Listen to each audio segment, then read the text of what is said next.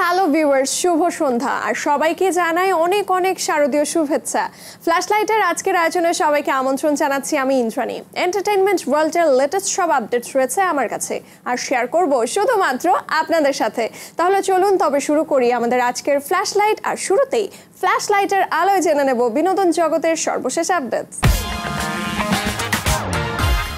আবু শিবির করে এই হারামির বাচ্চাটাকে ধরতে হবে।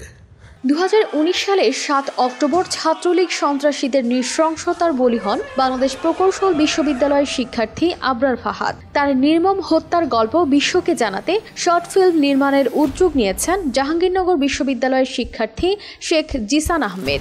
আবরারের পঞ্চম মৃত্যুবার্ষিকীতে প্রকাশিত হয়েছে সেই শর্ট ফিল্মের টিজার। রুম নম্বর 2011 নামের এই শর্ট ফিল্মে অভিনয় করেছেন প্রায় শতাধিক শিক্ষার্থী। সোমবার যিশু এন্টারটেইনমেন্ট নামের একটি ইউটিউব চ্যানেলে টিজার প্রকাশ করা হয়।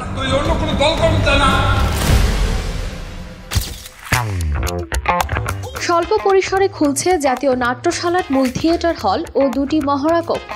গতকাল বাংলাদেশ শিল্পকলা একাডেমির সঙ্গে সেনাবাহিনীর কর্মকর্তাদের এক সমন্বয় সভায় 11 অক্টোবর থেকে জাতীয় নাট্যশালার মূল থিয়েটার হল এবং 1 ও 2 নম্বর কক্ষ নাটক ও মহড়ার জন্য সীমিত পরিসরে খুলে দেওয়ার সিদ্ধান্ত হয়েছে। জানা গেছে, হল ও মহড়া কক্ষ বরাদ্দের ক্ষেত্রে বিদ্যমান নীতিমালার পাশাপাশি পরিস্থিতি বিবেচনায় বিশেষ কিছু সতর্কতা অবলম্বন করার সিদ্ধান্ত নেওয়া হয়েছে।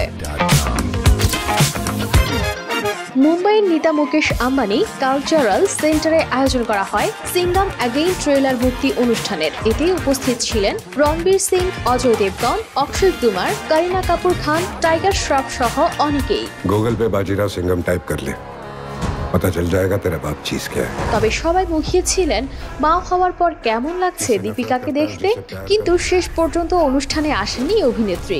দীপিকা কেন আসেননি সেটার ব্যাখ্যা দেন তার স্বামী অভিনেতা রণবীর সিং। তিনি বলেন, দীপিকা মেয়েকে নিয়ে ব্যস্ত, আমার ডিউটি রাতে ওকে দেখাশোনা করা, তাই আমি আসতে পেরেছি। অন্তঃসত্ত্বা অবস্থাতেই এই ছবির শুটিং করেছিলেন দীপিকা, সেই কথা জানান অভিনেতা। এই ছবির ট্রেলারের জন্য বহুদিন ধরে অপেক্ষা করছিলেন দর্শকরা। আগামী 1 নভেম্বর মুক্তি পেতে চলেছে এই ছবি।